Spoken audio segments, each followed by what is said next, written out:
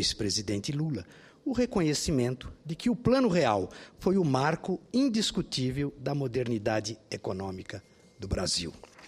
Talvez agora, num momento delicado para a economia, com recessão técnica apontada pelo Banco Central, o atual governo tenha a humildade de reconhecer como foi importante receber como herança do governo Henrique Cardoso um país preparado para um futuro promissor. O Plano Real mostrou para os brasileiros e para o mundo que era preciso e possível vencer a ferocidade da inflação com medidas sérias e comprometidas com a austeridade e o equilíbrio fiscal. Hoje, o Plano Real revela-se como um modelo que serve de inspiração para qualquer país desejoso de encontrar os caminhos para a estabilidade econômica sustentável e duradoura.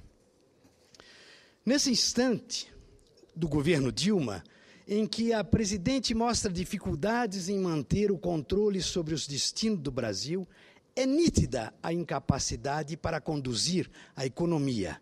Há duas perguntas que precisam ser feitas. Por que o Plano Real deu certo, ao contrário dos planos anteriores?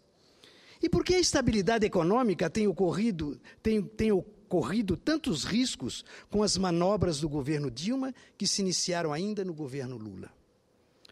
O Plano Real não teria sido o sucesso que foi e ainda consegue ser caso tivesse ficado apenas nas medidas de primeira hora.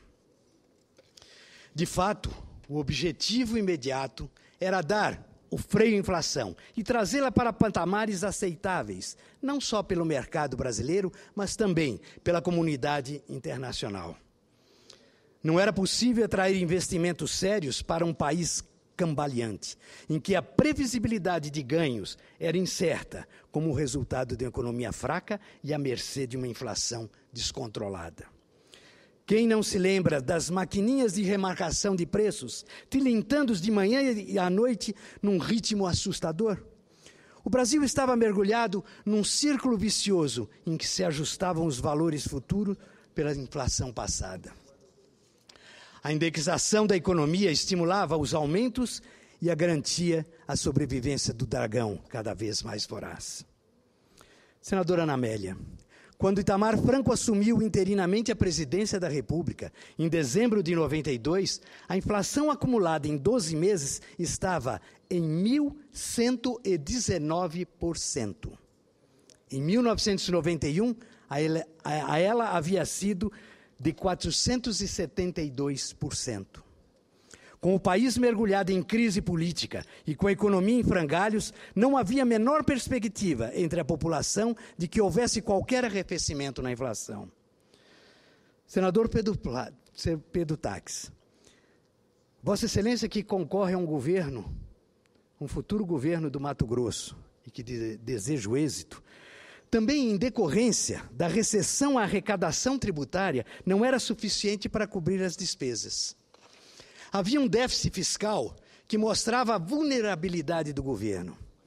Como consequência, ordenava-se ao Banco Central a impressão do dinheiro necessário para fazer frente a despesas.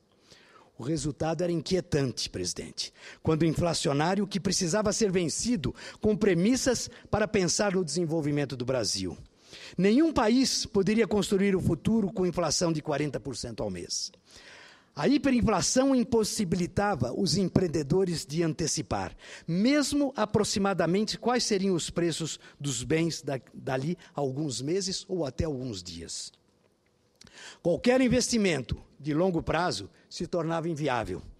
Quando o empreendedor se tornava incapaz de calcular com qualquer exatidão, qualquer cursos, podem ser empregados lucrativamente em projetos de longo prazo. A estrutura de produção da economia é radicalmente encurtada. Não seria este o mesmo processo que começamos a ver outra vez no Brasil, ou de um setor produtivo inquieto, com o futuro incerto da economia sob o comando da presidente Dilma? Parece que o governo de hoje não aprendeu com o que fez a história e soube entender os erros e os acertos do passado. A presidente poderia buscar inspiração na postura do presidente Fernando Henrique, que liderou o grupo dos arquitetos do Plano Real e reuniu economistas do calibre de Edmar Gustavo Franco e Pedro Malan, para pensar no Brasil do futuro.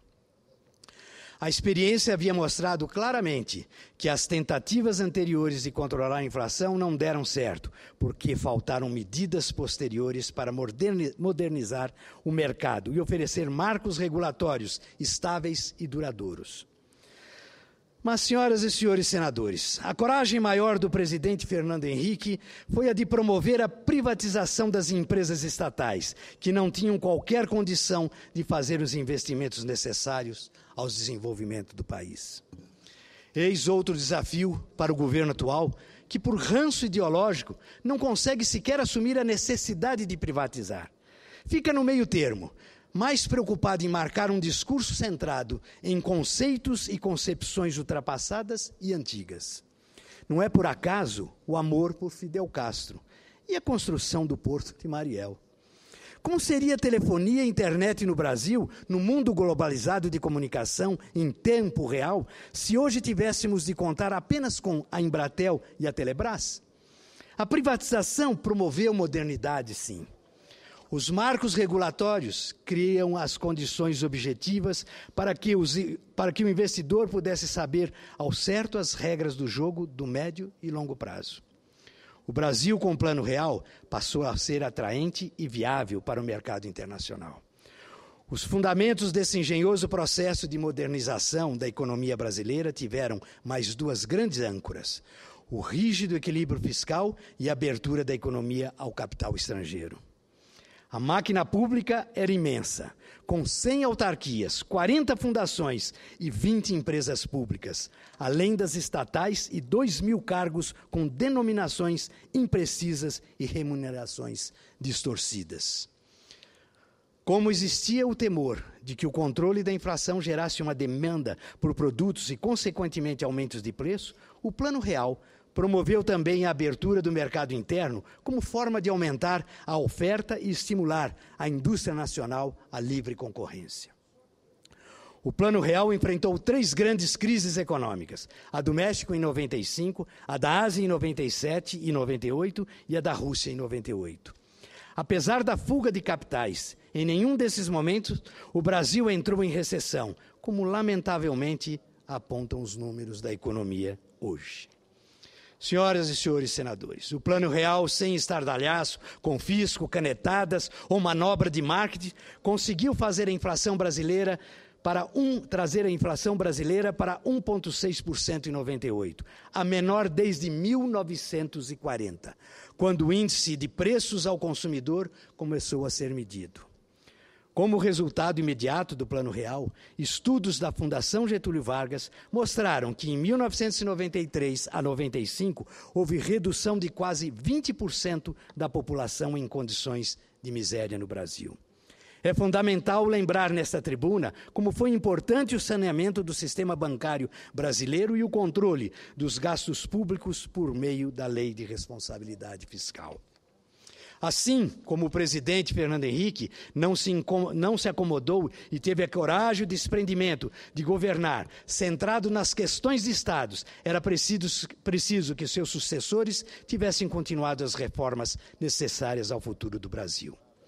Não deixaremos de reconhecer aqui a ampliação dos programas sociais realizadas pelo governo Lula e no governo Dilma. Tampouco a ampliação do número de escolas técnicas e de vagas no ensino superior. Não vamos negar o que se fez e se faz de positivo. Porém, ao longo de mais de uma década, os governos do PT não foram capazes de vencer um dos maiores obstáculos ao desenvolvimento do Brasil. Não conseguiram oferecer educação pública de qualidade, capaz de funcionar com mecanismos democráticos e duradouros de ascensão social e profissional na sociedade do conhecimento. Sem educação de qualidade, não é possível acabar com o círculo vicioso da miséria e do assistencialismo. Pior que isso, senhor presidente, é o Brasil se encontrar hoje, no momento da comemoração dos 20 anos do Plano Real, numa situação de ameaça inflacionária, descrédito internacional e crescimento pífio. Ou o Brasil se levanta e retoma a bandeira do Plano Real, ou jogaremos o gigante de volta no berço esplêndido, entorpecido pela ideologia e intimidado pelo fracasso da economia. Parabéns ao presidente Fernando Henrique Cardoso e a todos os ideólogos do Plano Real, um marco da modernidade do Brasil. Muito obrigado.